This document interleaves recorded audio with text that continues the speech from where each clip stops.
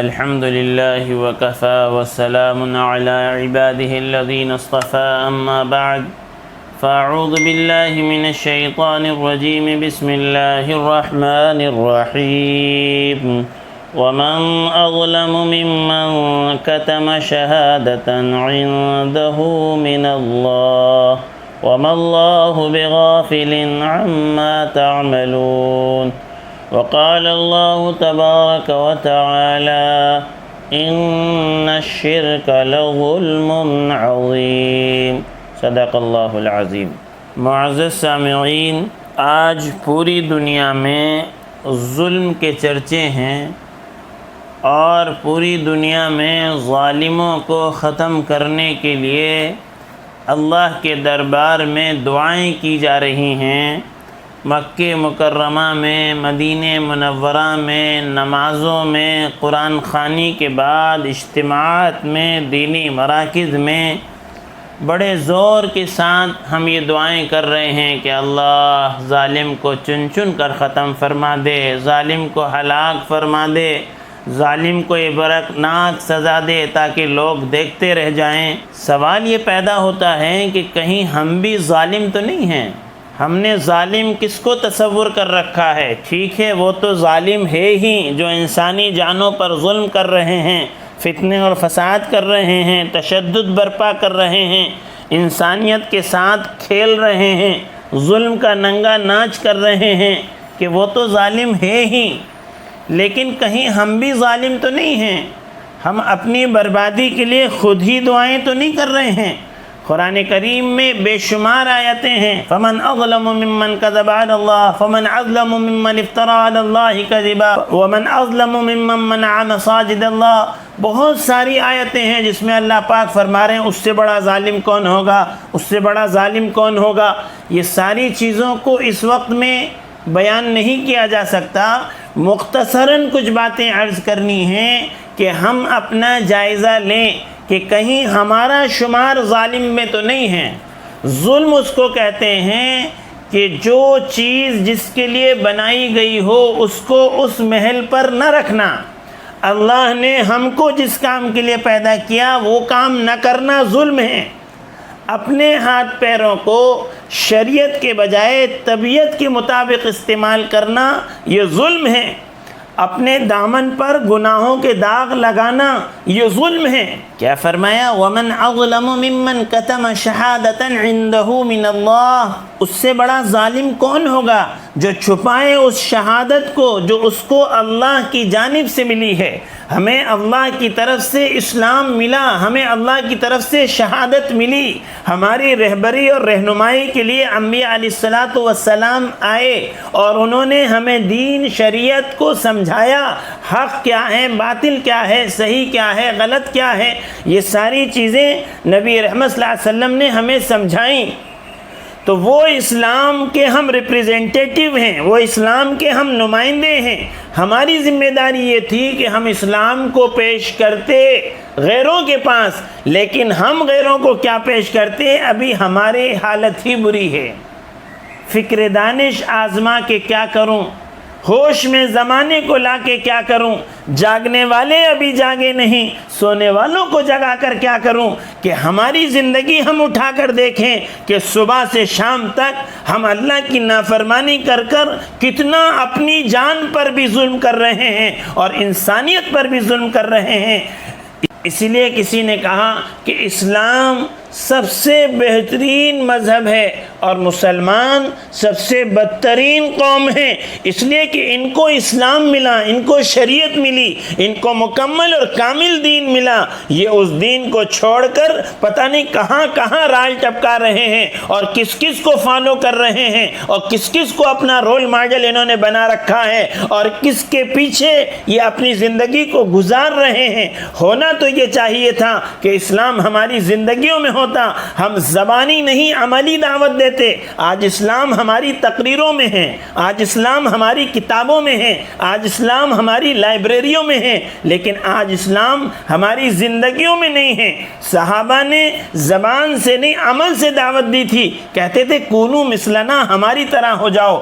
تو یہ ظلم نہیں ہے کہ ہم جو اسلام کے نمائندے ہیں، ہم جو اسلام کے ماننے والے ہیں، اس اسلام کو انسانیت کے سامنے پیش کرتے، ہم بتاتے کہ اسلام کیا ہوتا ہے، اسلام میں انسانیت کیا ہوتی ہے، اسلام میں انسانوں کے حقوق کیا ہوتے ہیں، اسلام میں پڑوسی کے حق کیا ہوتے ہیں، اسلام میں کاروبار کا طریقہ کیا ہے، اسلامی معاشرت کیا ہے، اسلام نے کس طرح کے اخلاق کی تعلیم ہمیں دی ہے، یہ عملی طور پر ہم پیش کرتے، لیکن ہم اس سے غافل ہو گئے، لہذا ہم ظالم ہو گئے، ہم نے ظلم کیا ہے کہ یہ امانت کو لوگوں تک نہیں پہنچایا ہے جو امانت پہنچانے کی ذمہ داری ہمارے اوپر دی گئی تھی۔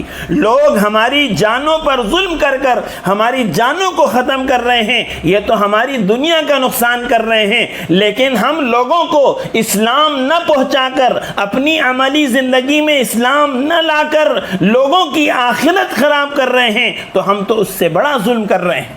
قرآن کریم میں فرمایا ان الشرک لظلم عظیم، شرک جو ہے بڑا ہی ظلم عظیم ہے۔ آج امت کا کتنا بڑا طبقہ شرک میں ملوث ہے۔ شرک کس کو کہتے ہیں؟ کہ اللہ کی ذات و صفات کے ساتھ کسی اور کو شریک کرنا۔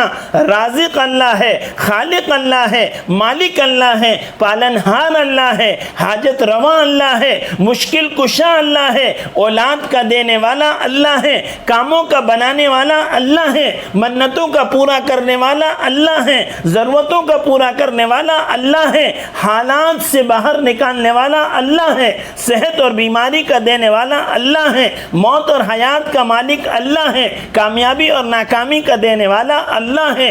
تو وہ اللہ کے ساتھ کسی اور کو شریک کرنا کہ یہ بھی کر سکتا ہے اور اس سے بھی ہو سکتا ہے، یہ شرک ہے اور یہ سب سے بڑا گناہ ہے۔ اور فرمایا ان اللہ لا یغفر ان یشرک بہ ویغفر ما دون ذلک لمن یشاء، اللہ سارے گناہوں کو معاف فرما دیں گے لیکن شرک کو معاف نہیں فرمائیں گے، کہ اللہ کے ساتھ کسی کو شریک نہیں کرنا، کہ اللہ اپنی ذات و صفات میں اکیلا ہے، یکتا ہے، اس کا کوئی شریک نہیں، اس کا کوئی پارٹنر نہیں، اس کا کوئی وزیر نہیں، اس کا کوئی مشیر نہیں۔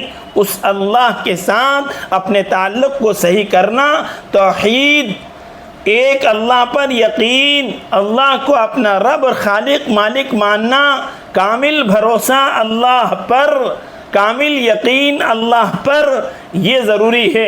اگر یہ نہیں ہے تو ہم باوجود مسلمان ہونے کے اگر شرک میں ملوث ہیں تو پھر ہم سے بڑا ظالم کوئی نہیں ہے۔ یہ میں نہیں کہہ رہا، قرآن کہہ رہا ہے ان الشرک لظلم عظیم۔ اسی طرح نبی رحمت صلی اللہ علیہ وسلم کی ایک حدیث، سراسر ظلم ہے، کفر ہے، نفاق ہے اس شخص کا فعل جو مؤذن کی آواز سنے اور نماز کو نہ جائے۔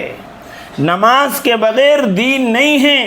نماز کا درجہ دین میں ایسا ہے جیسے سر کا درجہ بدن میں، مرنے کے بعد سب سے پہلے نماز کا حساب ہوگا۔ جس کی نماز پوری نکلے گی اس کے اعمال پورے نکلیں گے۔ اعمال کی کنجی نماز ہے، سب سے پہلے نماز کا حساب کیا جائے گا۔ آج امت کا کتنا بڑا طبقہ وہ ہیں جو نماز چھوڑا ہوا ہے۔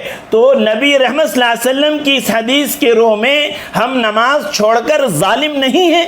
نماز ہر حال میں فرض ہے۔ فرمایا کھڑے ہو کر نہیں پڑھ سکتے بیٹھ کر پڑھو، بیٹھ کر نہیں پڑھ سکتے اشارے سے پڑھو، وضو نہیں کر سکتے تیمم کرو، سفر میں جا رہے ہیں 4 نہیں پڑھ سکتے 2 پڑھو، لیکن نماز ہر حال میں پڑھنی ہے۔ نبی رحمت صلی اللہ علیہ وسلم 2 آدمیوں کے سہارے سے مسجد میں جاتے تھے اور نماز پڑھتے تھے اور فرماتے تھے اس کا کوئی حصہ نہیں دین میں جو نماز نہ پڑھتا ہو۔ کتنا بڑا طبقہ مسلمانوں کا ہے۔ اذان ہو رہی ہے، مساجد کو ہم نے بیت الخلا بنا رکھا ہے، مساجد کو ہم نے سلب شوچالے بنا رکھا ہے، پیشاب اور پاخانے کرنا مسجد میں آتے ہیں لیکن نماز کے لیے مسجد میں نہیں آتے۔